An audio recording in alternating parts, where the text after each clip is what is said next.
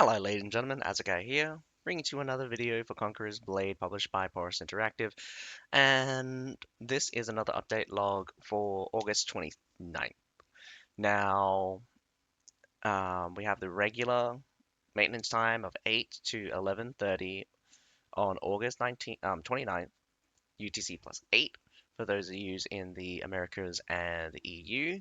Yours is from 7 to 10. It goes from it's on August 29th, UTC plus 1. Um,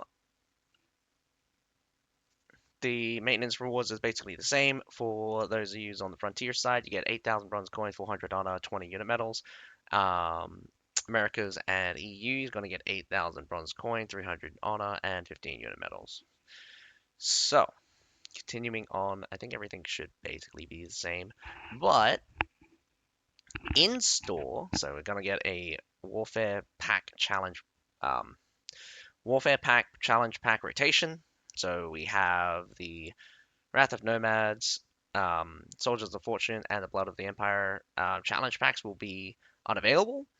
We'll get the Expedition, Snowstorm, and the Northman challenge packs for sale.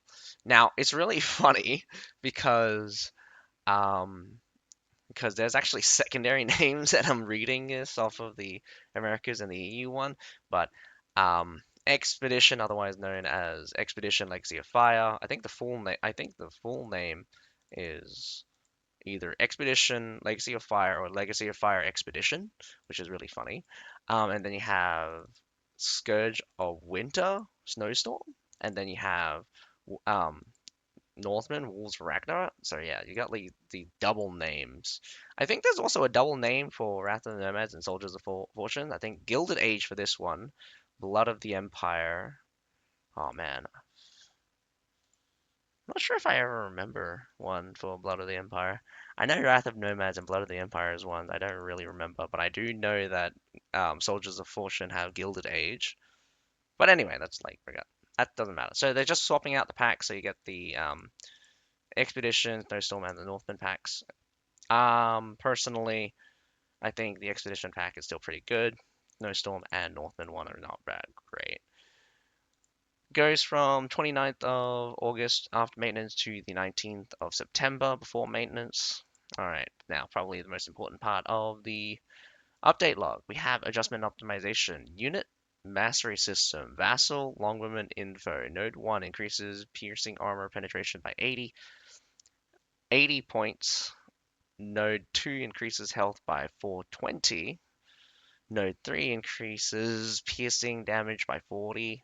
Node 4 increases health by 450. Node 5, it has a name, calling it the Steel Spike Arrow. Hitting a target unit with normal ammunition and Overwatch will reduce the target's movement speed by 25% with the effect doubled against cavalry. It also increases the rate of fire by 30%, lasting for 10 seconds.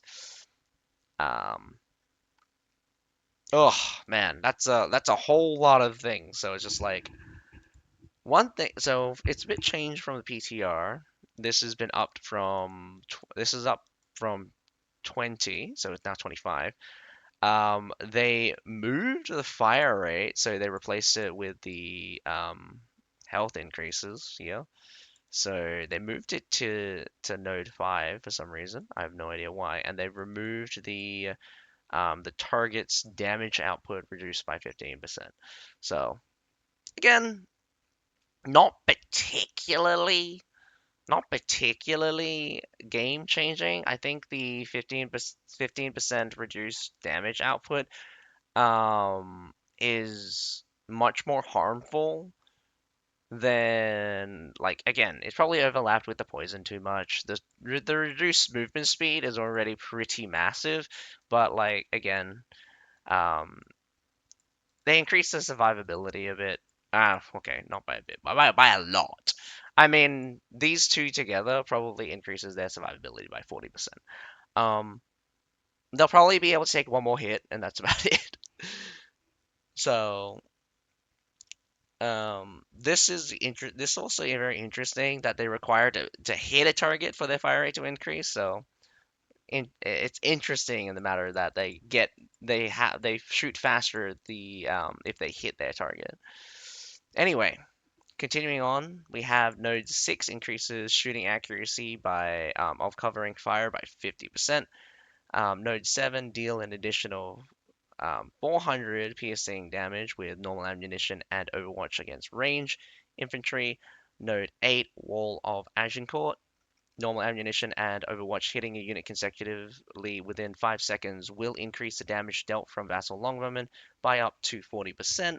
The effect doubles on cavalry. Now, I don't particularly I didn't particularly see this work on the PTR because apparently it would only work against range infantry at the time. So if this actually works against all units, great. They reduced it to 40, which is strange. Um, like even at 60% increase, it wasn't even actually that much. You would probably go from dealing like 18, like these guys will probably deal some of the tankier stuff will probably they'd probably deal like 1000, probably 1200, probably go up to 1600, 1000, 1900. Not actually a lot of damage considering that Kriegs or probably Imperials first of all shoot basically twice as fast during the Bodkin because they basically remove the startup for that. And again, Krieg's shooting generally really fast and also get 40% increase in damage. So they also have a higher base and a higher base and higher pen. I mean, base damage and higher pen, and it's just like they're throwing bullets that deal probably upwards of 3,600, 3,800 at close range, and so like they're dealing way over 2,000 damage to like some of the regular stuff. But again, like a 30% fire rate increase, it may seem like a lot. Realistically, it's actually not that much. Um, Considering that what we're working with is Vassal Longwomen, their range and accuracy at range is probably one of the most important things about them. Their DPS is just not adequate for what we're in currently, and particularly if they can't make use of that range, it feels like a dead unit. So, um, for me, it's just a matter of DPS. If the DPS is adequate, people will use these over others. If it's not, it's just straight up not. Like, there's no real justification. I could just use Imperial Archers that deal twice as much. Like, even now, it's questionable whether or not Imperial Archers are just straight up better. Like, I'd need to see this in game. There's also some like other bonus effects besides just raw damage, but I don't see any particular reason not to bring Imperial Archers for nearly every case because they're just way easier to use and just more effective in just dealing damage and stuff. If they could just fix the arrow trajectory, make it hit more consistently, and especially if they could make it hit cavalry. Cavalry in particular shouldn't be too difficult to hit, but for some reason like range has like struggles really hard against moving targets. So I think they need to draw that back a little bit because I mean back in the day, range would basically be able to track you up to a certain speed, and they would almost have like units with high accuracy would almost never miss. It was a real pain in the ass to try to dodge range back in the day. But nowadays, you just literally run at them. If they're archers, they'll shoot over you. If you get too close, obviously, we'll just run into shots. But like you just run to the side, they'll always miss. Now on to the Sparkies. Like just one last note. The fact that it doubles against cavalry is really funny because most cavalry either have an anti-range thing, have like take reduced range damage, and um, in particular, the mastery ones have like 300 less range damage. So I'm just wondering, I'm just wondering how this like works out. If like, is it like extra damage based on the original? Like, if you dealt 1,000 damage and then you dealt 1,400, does that get reduced to by like 300 by their thing? So it would be like 1,100. Or I mean, this would be stupid, but would it be like the original 1,000 and then it will be dealing 700 and then it increases the damage by 40%? So you're only dealing 9,000. Sorry, not 9,000. So you're only so you're only dealing 900 980 damage, and it's just like what? Anyway, that's again like overall. Um, overall, I don't believe Vassal Longbowman is going to become anti-cavalry. Just from the sheer fact it's just too hard to hit cavalry, and for the life of me, shooting cavalry as they're running towards you, absolutely not. Even some cavalry run fast enough that rattan marksmen cannot cannot stack them with enough bleed or stuff to stop them from getting on top of you. Though, I mean, like I've seen cavalry get shredded by rattan marksmen. Don't you mind that? Like, yeah, rattan marksmen will shred your cavalry sometimes, but that's because rattan marksmen are bullshit. Anyway, the one thing I want to talk about Spahi before I go into the mastery thing, they haven't mentioned the changes to Impassioned and Coup de Paix. If those don't go through, this is useless. I'll explain why, simply from the fact that the changes to Impassioned literally makes it a Yan Yudao Dread Unleashed. It's like the function of the ability goes way up because it covers ground, it smacks for a lot of damage, and it CCs. Like it has everything you want. It's near unstoppable. It is unstoppable. Like I don't see a practical way of stopping that. Coup de Paid. The biggest thing about Coup de Paid with the on the PTR is that it doubles the attack rate of their special attack. They are literally just constantly jumping. Boom, boom, boom, boom. And what the best thing about that? They do that without a target. Meaning, they don't have to have anyone that they're aiming. They stomp regardless as if anyone's near them. That is super good. That means they have no downtime. There's like zero downtime for their pace. They don't need to get near an enemy. They're literally jumping and they will jump towards the enemy. That's super good because it keeps the aggression and it keeps the pace of the unit really high. Just for the fact, just like it's doubling the output. It's essentially doubling the output of current coup de paid, which is really terrible right now. Like current coup de paid just battle stomps like every other attack, and it's so bad because the output of damage is so low that most infantry units model by model would outpace the damage that Spahis could do it. Spahis could deal. Um, Maybe that's a bit extreme, but like I feel like it. I feel like that's what's happening. Still, I really wish they would fix the issue where the Spahis feel nearly unstoppable, but for some reason, some of their coup de paid attack gets interrupted. Like, what? Like halfway up in the air, and all of a sudden they're on the ground again trying to start the attack. I just feel like Spahis feel unstoppable. They should be unstoppable. People will say, "Oh, there's too much CCI." Screw it. There's so much CCI anyway. A cavalry unit that's really easy to kill with anti-cavalry stuff. I mean, really easy to kill. This thing's slow, first of all, and this thing's stationary. There are so many units that's going to pick on the Spahis because they're basically like Iron Reapers the without the defense bonuses. They're not difficult to kill. You will watch Wu Wei smash these guys into oblivion. You will watch every single burst unit destroy this unit.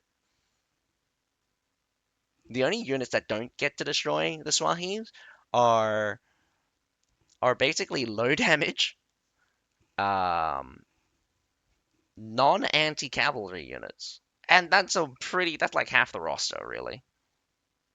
It'll kill every single ranged unit basically. It will kill like ranged units will easily die to these guys.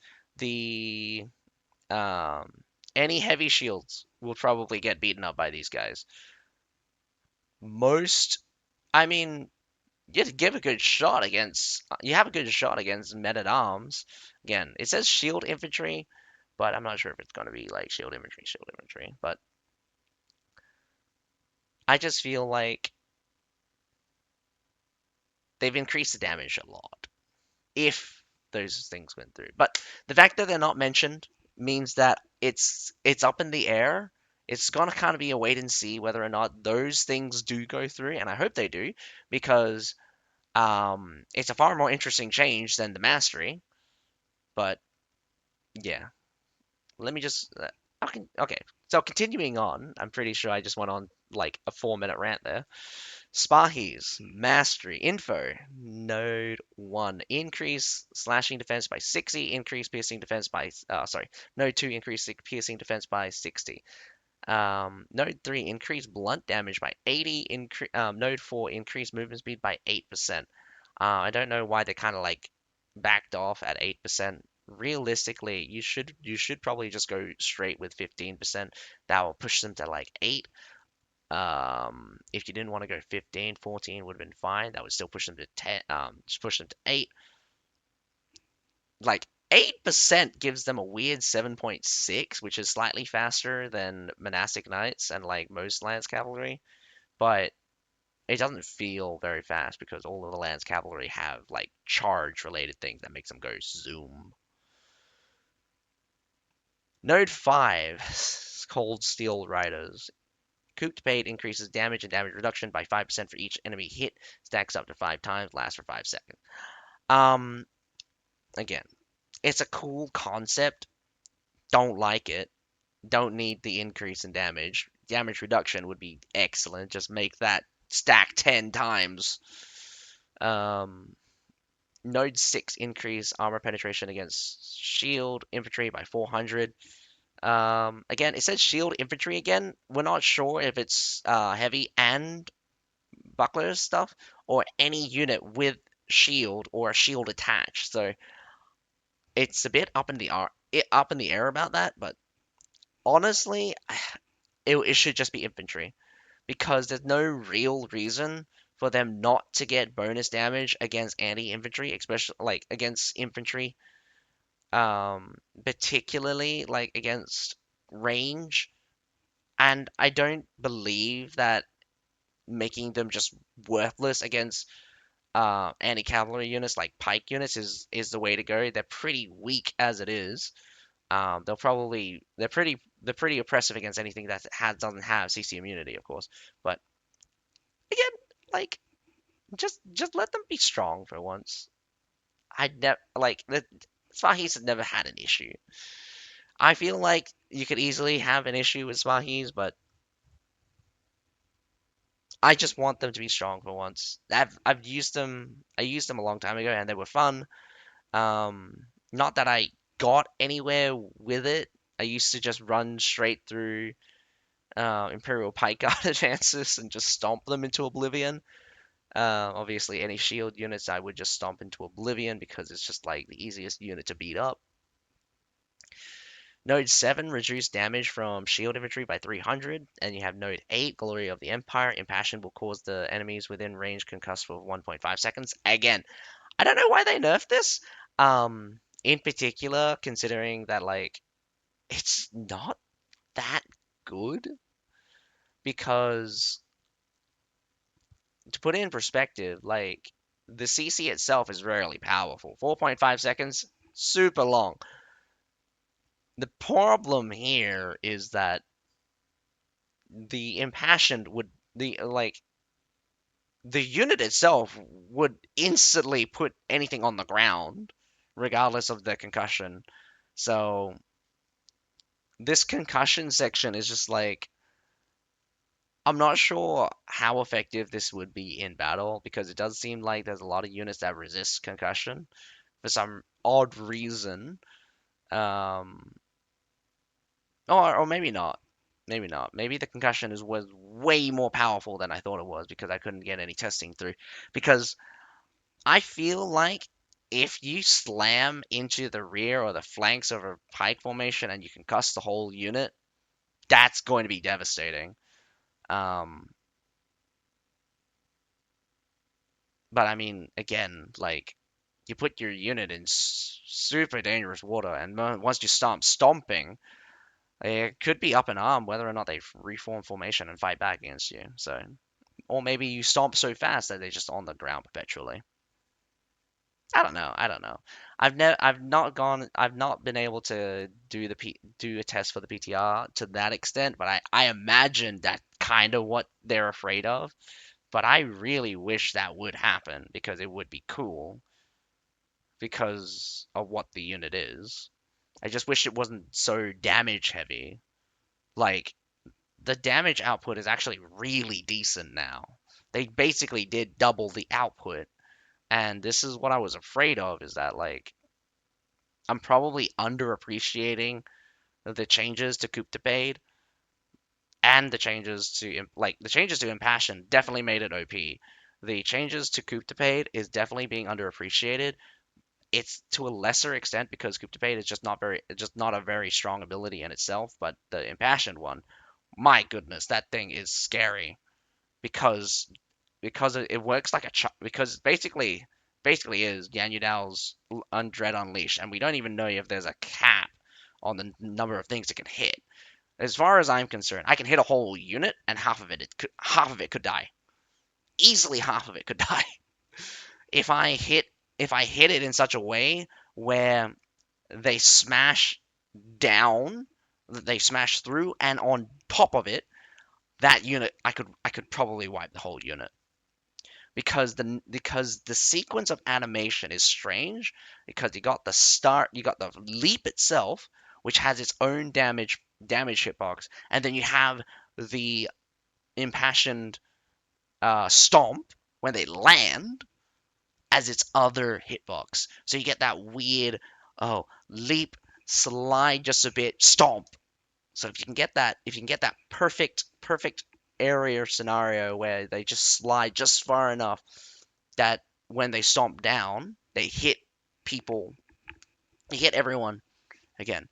Um, Regardless of that, they did change Node 8 from 4.5 to 1.5 seconds, so I can see why the concussion CC could be OP, but again, completely unnecessary, and also it's just really weird because it's always been the case that if you hit something with charge and then use impassion, they would receive some kind of CC for 4.5 seconds, but we don't even know what it was. We don't even know if it even triggered properly. We don't even know if impassion. We're not even sure if impassioned had CC by default, but it seemed like it had CC by default. But it's just it's really strange sometimes where it's not clear and there's a lot of conditionals. So I'm hoping for the best. I want Sparhees to be strong. I want Sparhees to hit the meta, mostly because it is a much different cavalry unit. Kriegs as well. Like Krieg Brothers should be a really cool cavalry unit. They're just not very strong, but they're super cool. They're super cool. Spahis, just let them be good. Changed impassioned again, like that thing leaps way too far. Make it based on speed or just I don't know. I have no idea. But regardless, let me just finish up the bug fixes and optimization, and I'll close this video. So, bug fixes and optimization. Fix the occasional issue of abnormal display of assistant points in the unit detail interface during battlefield settlement. Fix the incorrect skill icon for certain firearm units in the U interface. That would probably be talking about the Javelin Swarm appearing on certain Aquabus units, which should only appear, which the skill itself only appears on the Ashigaru or the Ashigaru. I want to call them Ashigarus, but for some reason they decided to call it the Ashigarus, so it's just really stupid. Fix the problem where the advancement of building materials in certain servers failed to increase upon completion of thief quests, sorry, not field quests. Fix the abnormal visual effect of the jewel blade, the legendary jewel blade attires Thunderstrike in stealth status. All right, so personally, I hated when you use the Thunderstrike, the legendary Jewel Blade attire, and you went into stealth, and you just had this ring just twirling on your screen. It's just a lot of visual effects, and I couldn't, and it's just a bit overwhelming to say, to put it bluntly. It's a lot of visual effects that just shoots off of your screen, and I don't like the most recent legendary one either because of the same thing. Nodachi was also quite harsh on the visual effects. They need to tone it down and they need to like let the thing look cool without just blowing out your eyes. A subtle effect, it goes way harder than an overt effect. You need build up. But if everything basically just goes 100%, it feels like everything just is. It feels like everything's super cringy. Optimize the display effect of male characters wearing the uh, lairds of the Isles. I know this like supposed to be some like old English word or some like um Scottish kind of like word for lord. Apparently this goes for the Glory and the Asura version as well. So yeah, Glory should be the CBL one. Azura should just be the Fame Shot one. All right. Um. Oh, strangely enough, there is also apparently for you guys on the EU and American ones, you got new goods on store. You apparently guys got the Monkey King, so it's got 3,005. The price is 3,500 sovereigns. Unit banner, Monkey Guard banner, which is 1,200 sovereigns. Unit attire, Monkey Guard unit attire, 300 sovereigns. I don't know how the unit banner is so much more expensive than the unit attire itself, so that's hilarious.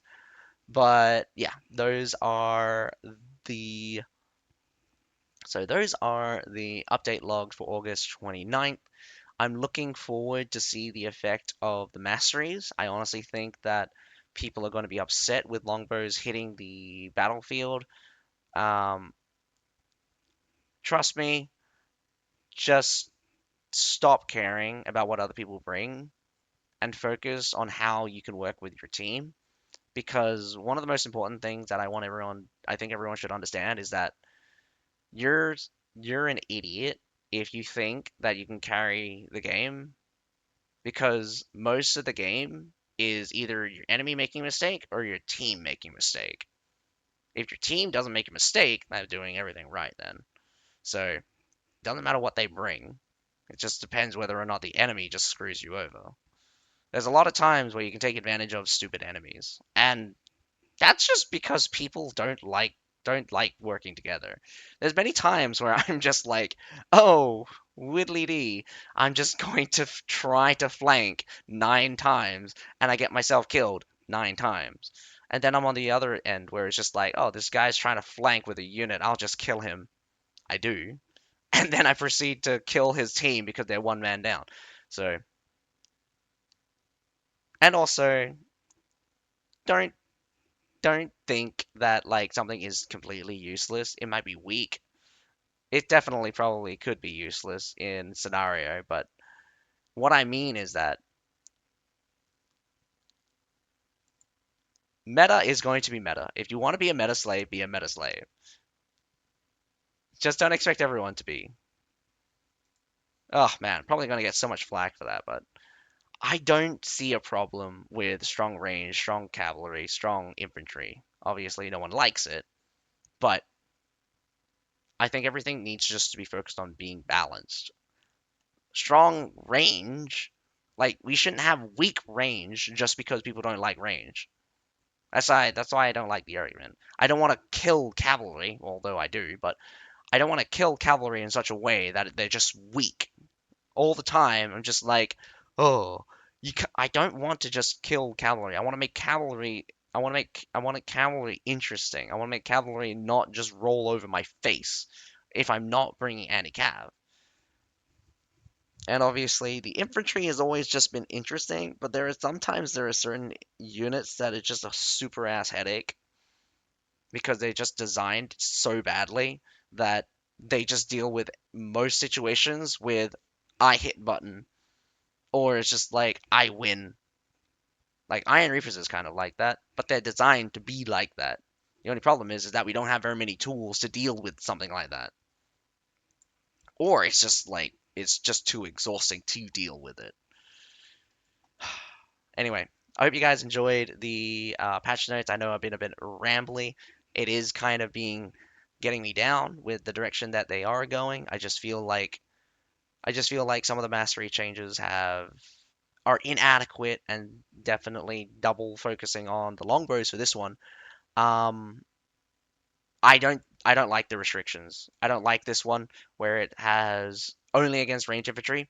Instead of having them deal extra damage, just have them do something else. Anything else.